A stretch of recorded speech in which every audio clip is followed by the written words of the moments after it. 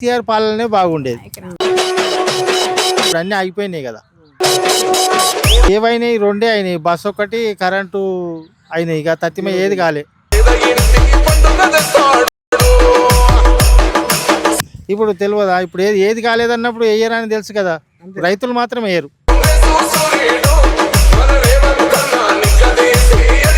ఆయన్నే వస్తాడు, ఆయన్నే చేస్తాడు కేటీఆర్.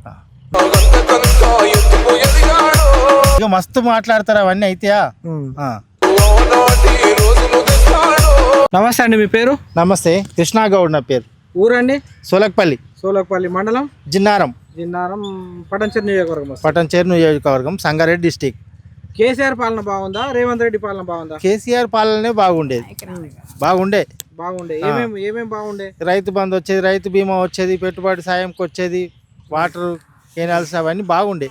ఇప్పుడు అన్నీ ఆగిపోయినాయి కదా. కాంగ్రెస్ గవర్నమెంట్, రేవంత్ గవర్నమెంట్ నేను వచ్చిన తర్వాత 6 గ్యారెంటీలు ఇస్తున్నాడు. మీకు ఏవేవి అమలు అయినాయి 6 గ్యారెంటీలలో? ఏవైనాయి రెండే అయినాయి, బస్ ఒకటి కరెంటు అయినాయి. ఇక తత్తిమ ఏది కాలే. గ్యాస్ 500 గ్యాస్ కాలేదు. ప్రతి మహిళకు 2500 ఇస్తాను కాలేదు. పెన్షన్ 4000 చేస్తాను కాలేదు. ఇప్పటికిప్పుడు ఎలక్షన్లు పెడితే ఏ పార్టీ గెలుస్తుంది? ఇప్పుడు తెలియదా? ఇప్పుడు ఏది కాలేదన్నప్పుడు వేయరని తెలుసు కదా. రైతులు మాత్రం వేయరు. రైతులకు అన్యాయం జరుగుతుందిగా.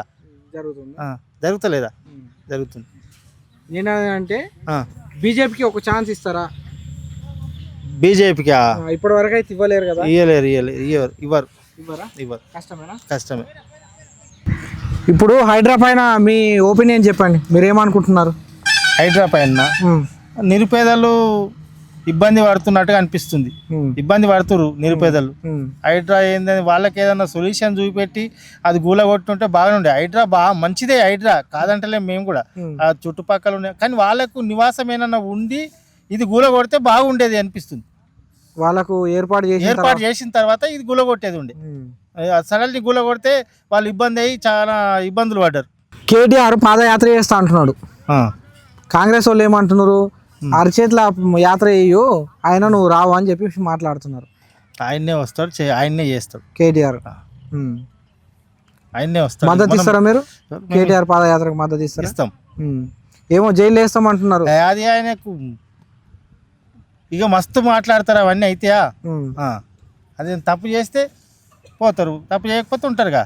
జైలు వేస్తే నేను యోగా చేసుకుంటా, 3 నెలలు అయిన తర్వాత మళ్ళీ వచ్చి నేను మళ్ళీ పాదయాత్ర చేస్తా అని చెప్పేసి మాట్లాడారు. ముందు ఇప్పుడు ఆమె నేలేరా, కవిత నేలేరు, రాలేదా? ఇక గట్లనే ఏదైనా ఉంటే వాళ్ళ తప్పులు ఉంటే వాళ్ళు పోతారు. ఎవరైతే ఏముంది, ఎవరైనా ఈ శిక్షకు అర్హుడే తప్పు చేస్తే. తప్పు చేయకపోతే ఆయన ఎందుకు వేస్తారు? ఇప్పుడు వారికి 500 బోనస్ ఇస్తామన్నారు. మీకు తెలిసిన వారికి ఎవరికన్నా వచ్చినాయా? ఎవరికి రాలేవు, అవి సన్నోట్లకి ఇస్తారు. సన్నోట్లకు మళ్ళీ ఒకటి అది ఏదో జల్లెడ చేస్తురంట, దాంట్లోకి ఇత్తు దిగిపోవాలన్నట కిందికి. అది దిగకపోతే ఇప్పుడు సన్నోట్లు మా ఉన్నాయి, అది తెచ్చిపోసి తీసుకుపోతలేదు. దానికి ఎర్రమారకు వేయాలన్నట, సంచి ఎర్రమారకు ఉండాలన్నట, ఎర్రదారంతో కుట్టాలన్నట.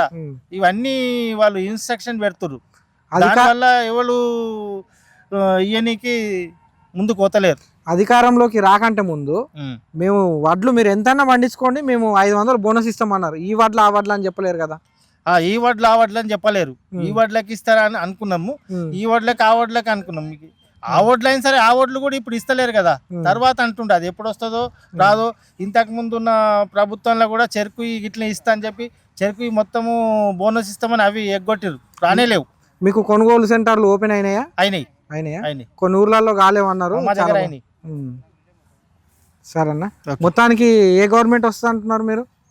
మళ్ళీ నెక్స్ట్ ఇప్పటికిప్పుడు నెక్స్ట్ ఏ గవర్నమెంట్ వస్తుంది అనుకుంటున్నారు? బీఆర్ఎస్ వస్తుంది అనుకుంటున్నాం. బీఆర్ఎస్ అది వస్తేనే బాగుంటది. పెద్ద మనిషి మంచిగా ప్రాజెక్టులు కట్టిండు, కాళేశ్వరం వస్తుంటే పెద్ద కాళేశ్వరం కట్టిండు, కాలువల నీళ్ళు వచ్చినాయి.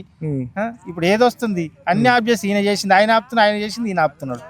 10 ఏళ్లలో 100 ఏళ్ల విధ్వంసం జరిగిందా?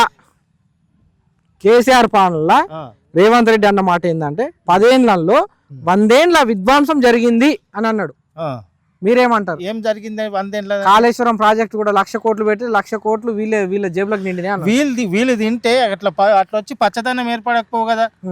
పచ్చదనం ఏర్పడి కాలువలలో పండించుకుని పంటలు అయితే వండినాయి కదా, అది కాదా? పెట్టినాయి కాదా? చూస్తలేరా వాళ్ళ కళ్ళతోటి? కనబడతలేవా కాంగ్రెస్ వాళ్ళకు? కనబడుతున్నాయిగా. అది ముఖానికి ఆనే కనబడుతున్నాయి. ఆడ కట్టినాయి, కాలువతో నీళ్ళు పోతున్నాయి, ఆడ పారినాయి, పంట తీసినాయి. అప్పుడు ఎంత పంట ఉండే, ఇప్పుడు ఎంత పంట వచ్చింది? ఇంతకుముందు మొన్న నీళ్ళు వచ్చినప్పుడు ఎంత పంట పండింది? అది అది తెలుసుకుంటలేరా? మార్పు రావాలి, కాంగ్రెస్ రావాలి అని అన్నారు కదా, మీకు ఏం మార్పు వచ్చింది? మార్పు వచ్చింది, మార్పు వచ్చింది అని.